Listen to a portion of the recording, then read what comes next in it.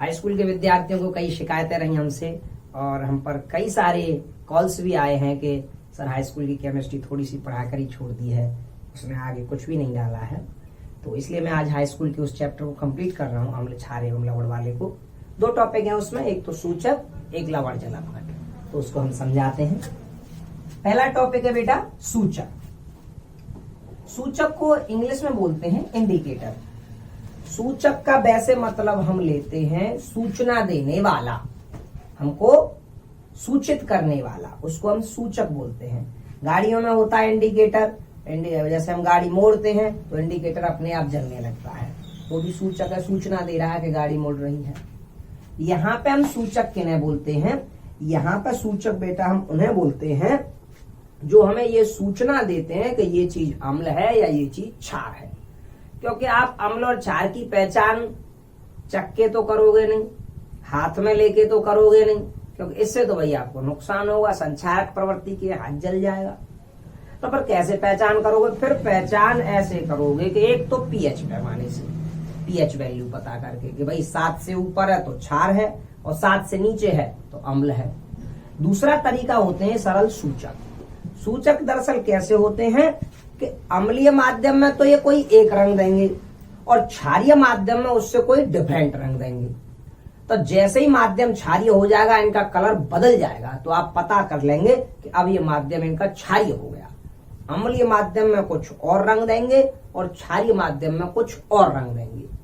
तो उस रंग के परिवर्तन के आधार पर ये हमें सूचना दे देते हैं कि विलयन अम्लीय है या क्षारीय है। ठीक है, देखो परिभाषा में इसके में क्या लिख सकते हैं? सूचक वे पदार्थ हैं जिनका अम्लीय माध्यम में एक रंग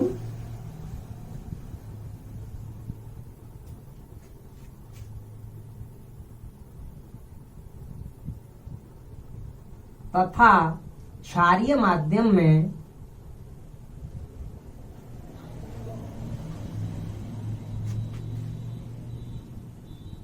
उससे भिन्न रंग होता है।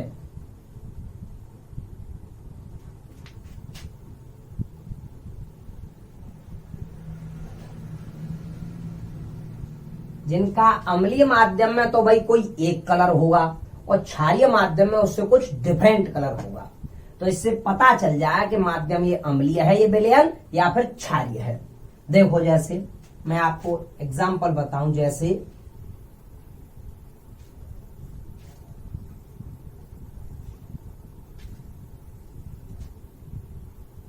सूचक अम्लीय माध्यम और क्षारीय माध्यम।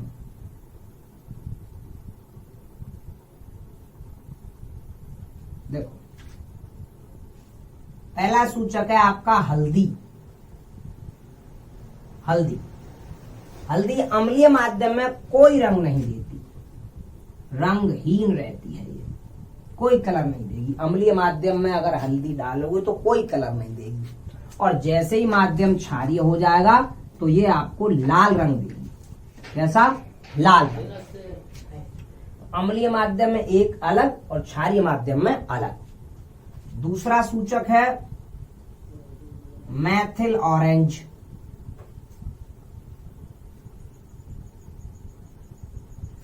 ये अम्लीय माध्यम में तो देगी लाल रंग और क्षारीय माध्यम में रंग देगी वही पीला। एक तीसरा सूचक है मैथिल रेड।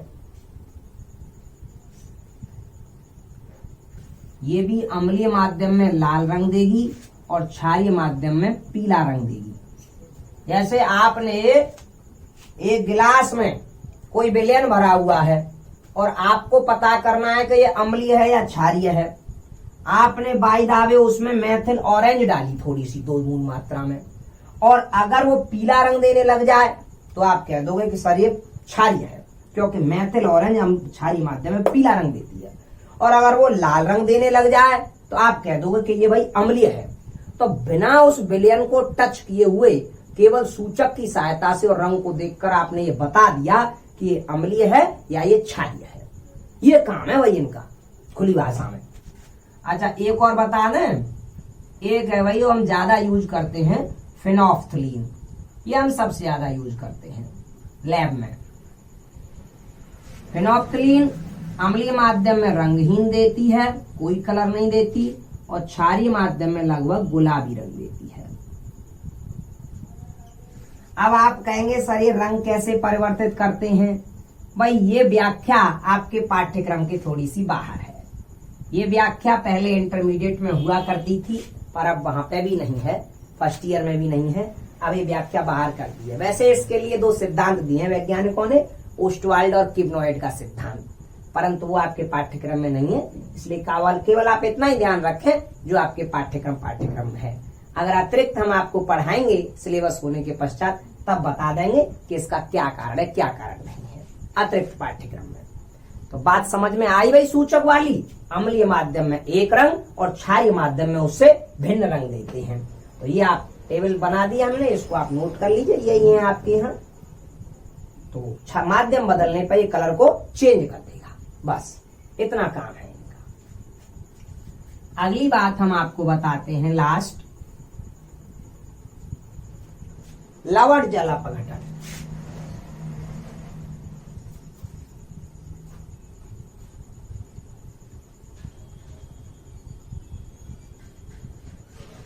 लवण जल अपघटन, लवण जल अपघटन क्या होता है?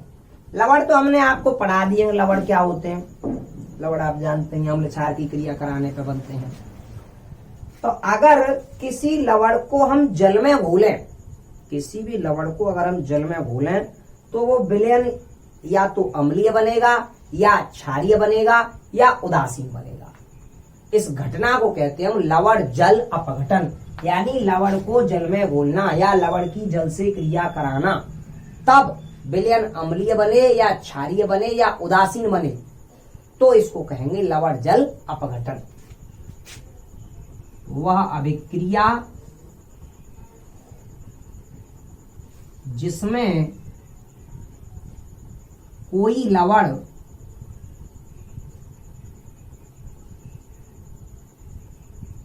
जल में घुलकर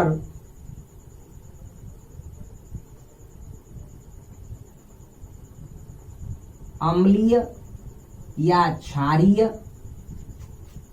या उदासीन विलयन बनाता है,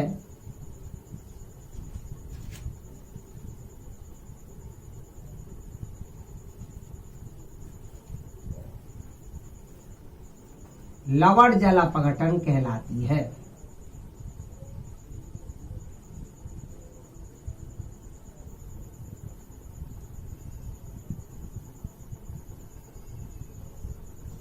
वो अभिक्रिया जिसमें कोई लवण जल में घुलकर, उसे जल में घोला गया लवण को, तो वो अम्लीय या क्षारीय या उदासीन कर देगा विलयन। जो विलयन बनेगा या तो अम्लीय होगा या क्षारीय होगा या उदासीन होगा। तो ये घटना कहलाएगी लवण जल अपघटन। देखो जैसे बताते हैं हम, जैसे ऐसा होता कैसे है। मानो Na2CO3 है, ये एक लवण है, इसके जलीय विलयन की हमें प्रकृति बतानी है कि इसको जल में घोलने पे विलयन अम्लीय बनेगा, क्षारीय बनेगा या उदासीन बनेगा। तो पहले इसको हम दो पार्टों में टूटे, तो 2Na प्लस CO3 माइनस। देखो जैसे आप पार्टों में तोड़ोगे तो इनके लिए पहले आयन आपको याद होने चाहिए। आयन हमने फर्स्ट वीडियो में डाले हैं, तो Na प्लस और CO3 माइनस। फिर हम इसके आवेशों को समान करते हैं। यहाँ पे Na के दो परमाणु हैं, दो ही यहाँ पे गुणा कर देंगे। अब हम तोड़ेंगे H2O को। H2O दो पार्टों में टूटता है, H प्लस OH माइनस। वैसे H2O टूटेगा दो पार्टों में, H प्लस OH माइनस। लेकिन यहाँ पे जब हम H2O को तोड़ेंगे तो इस तरह से लिखेंगे कि इसके प्लस वाले के नीचे H2O का माइनस वाला पार्ट आ जाए और माइनस वाले के नीचे प्लस वाला पार्ट आ जाए। तो हम इस तरह से तोड़ेंगे तो यहाँ पे हम लेंगे पहले OH minus plus H plus. क्योंकि इसके यहाँ पे 2 अणु हैं तो हम 2 H हो जाएंगे और 2 ही हो जाएंगे H। अब इनको सीधे सीधे जोड़ देंगे, आयन को सीधे सीधे Na+ और OH-, तो क्या बना NaOH2, दोनों के 2 अणु हैं। यहां पर H+ और CO3-, तो ये बनेगा H2CO3, H2CO3, ये पहले से बैलेंस्ड हो गया। अब जो पदार्थ बन के तैयार होंगे 2, हमने किया क्या है, पहले लवण को तोड़ा हमने 2 भागों में, धनायन ऋणायन में, फिर जल को तोड़ा, पर तोड़ के लिखेंगे ऐसे कि ऊपर वाला जो पदार्थ टूटा हुआ रखा हुआ है उसके प्लस वाले के नीचे जल का OH आयन आए, माइनस वाला, और माइनस वाले के नीचे प्लस वाला आए H। फिर उन दोनों को इस तरह से जोड़ेंगे, आयन से कंपाउंड बनाएंगे, तो नीचे जो चीज प्राप्त होगी वो अम्ल और क्षार होंगे। क्या होंगे? अम्ल और क्षार। तो आप इसमें पहचान रहे हो, अगर एक क्षार होगा तो जाहिर सी बात है दूसरा अम्ल होगा, और एक अम्ल होगा तो जाहिर सी बात है दूसरा क्षार होगा। तो यहाँ पे आप इतना तो पहचान ही रहे होंगे कि ये भाई क्षार है, तो जाहिर सी बात है क्या होगा? अम्ल। अब क्योंकि आप ये जानते हैं कि ये प्रबल क्षार है, क्या है? प्रबल क्षार, और ये आपने अम्लों में देखा नहीं होगा, तो नहीं देखा तो इसे मान लेंगे हम दुर्बल अम्ल। क्या मान लेंगे? दुर्बल अम्ल। तो विलयन में प्रबल क्षार बन रहा है, दुर्बल अम्ल बन रहा है, यानी क्षार तो स्ट्रॉन्ग है और अम्ल जो है वीक है। तो आप ही बताओ फिर किसकी चलेगी भाई विलयन में? क्षार की चलेगी, इसलिए विलयन कैसा होगा? क्षारीय होगा। सॉल्यूशन में आप लिख दोगे, यहां पे जो चीज प्रबल बनेगी, प्रबल स्ट्रॉन्ग, उसी जैसा विलयन हो जाएगा। और अगर दोनों ही प्रबल बन जाए तो हो जाएगा उदासीन, और दोनों ही दुर्बल बन जाए तो भी हो जाएगा उदासीन। ठीक है? और एक प्रबल बने एक दुर्बल बने तो उस एक की चलेगी, और दोनों ही प्रबल प्रबल हो जाए तो फिर वही किसी की नहीं चलेगी, फिर विलयन उदासीन हो जाएगा। ये आप लिखेंगे विलयन में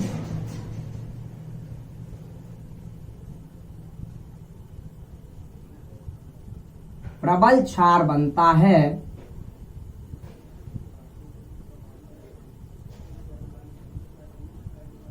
अतः विलयन क्षारीय होगा। विलयन क्षारीय होगा। ठीक है? ठीक।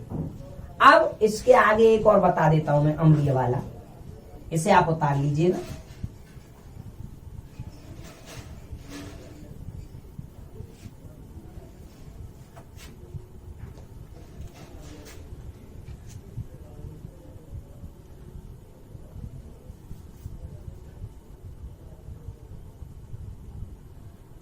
जैसे FeCl3 के जलीय विलयन की प्रकृति बताएं।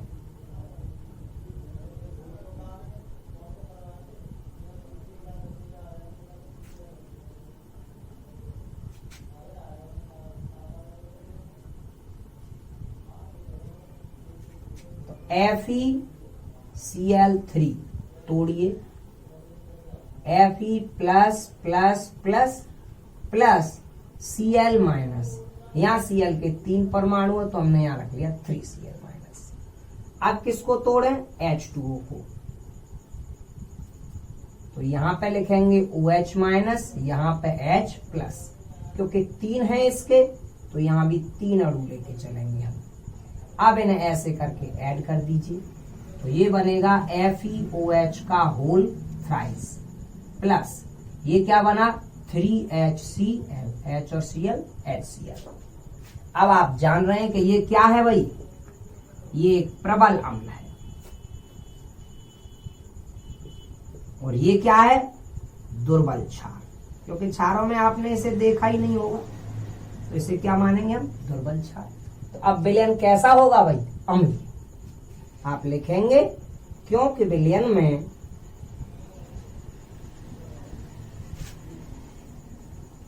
प्रबल अम्ल बनता है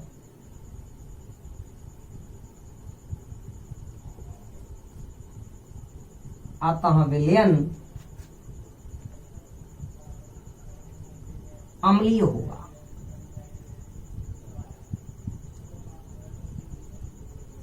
अम्लीय। FeCl3 के जलीय विलयन की प्रकृति क्या हो जाएगी? अम्लीय। अच्छा, एक उदासीन वाला बता दे रहे हैं। चलो, एक उदासीन, सोई काम खत्म।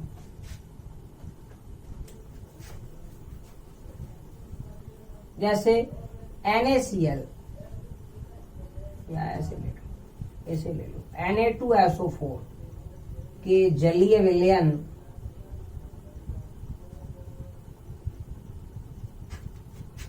की प्रकृति बताएं।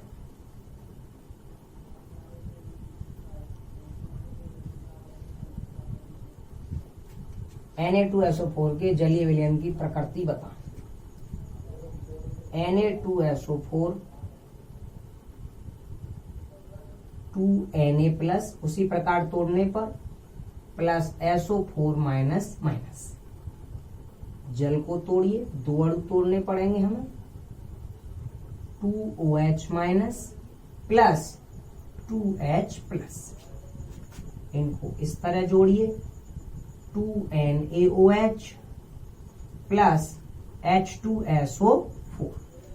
अब क्योंकि आप जानते हैं कि ये भी वही प्रबल अम्ल है और भाई ये भी प्रबल अम्ल है, वो प्रबल क्षार, सॉरी ये प्रबल क्षार है, तो भाई दोनों ही प्रबल प्रबल है, तो पर भाई किसी की भी नहीं चलेगी। फिर ये विलयन कैसा होगा? ये विलयन उदासीन होगा। कैसा होगा? उदासीन। तो नीचे लिखेंगे क्योंकि विलयन में प्रबल अम्ल और प्रबल क्षार दोनों बनते हैं,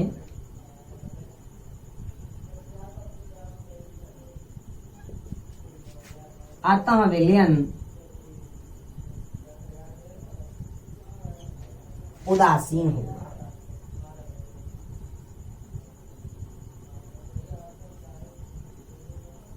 अतः विलयन उदासीन होगा। ठीक है, तो इस तरह से आप किसी के भी जलीय विलयन की प्रकृति बता सकते हैं। हाई स्कूल के इस पाठ में इतना ही दिया है। उम्मीद करता हूं कि आप इस सबको कर लेंगे और याद कर लेंगे। धन्यवाद।